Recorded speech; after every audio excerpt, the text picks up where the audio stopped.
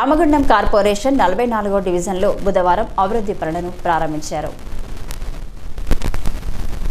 Division corporator Mustafa ఆధ్వర్యంలో జరిగిన ఈ కార్యక్రమం సందర్భంగా రమేష్ నగర్లో 10 లక్షల రూపాయల నిధులతో చేపట్టిన సీసీ రోడ్ల నిర్మాణ పనులకు కాంగ్రెస్ పార్టీ సీనియర్ నాయకులు కాల్వలింగస్వామి, ఫ్లోర్ లీడర్ మహంకాళ స్వామి తదితరులు టెంకాయలు కొట్టి ప్రారంభించారు. అనంతరం నాయకులు మాట్లాడుతూ రామగుండం అభివృద్ధికి కృషి చేస్తున్న ఎమ్మెల్యే రాజ్ ఠాకూర్ అడుగుజాడల్లో నడుస్తూ ఈ ప్రాంత ప్రగతిలో భాగస్వాములు అవుతామని అన్నారు. అభివృద్ధి సాధన దిశగా చేపడుతున్న కార్యక్రమాలకు ప్రజలు కూడా తమ వంతు సహకారాన్ని అందించాలని కోరారు.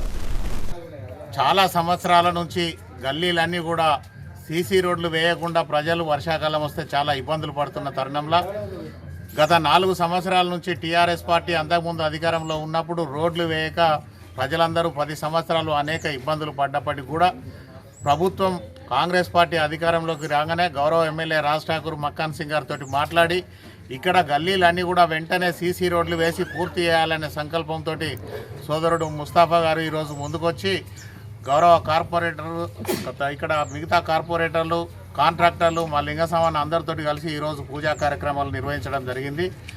కేవలం సంవత్సర కాలంలోనే దాదాపుగా 15 కోట్ల రూపాయల అభివృద్ధి పనులకు ఇప్పటికే పూర్తి స్థాయిలో టీఎఫ్ఐడిసి నుంచి కానీ జనరల్ ఫండ్ నుంచి కానీ అట్లాగే ఏదైతే సిఎస్ఆర్ ఫండ్స్ నుంచి కానీ అనేక రకాల ఫండ్స్ తీసుకొచ్చి ఈ ప్రాంతాన్ని పూర్తి స్థాయిలో అభివృద్ధి చేసేందుకు గౌరవ ఎమ్మెల్యే గారు ముందుకు సాగుతూ ఉన్నారు.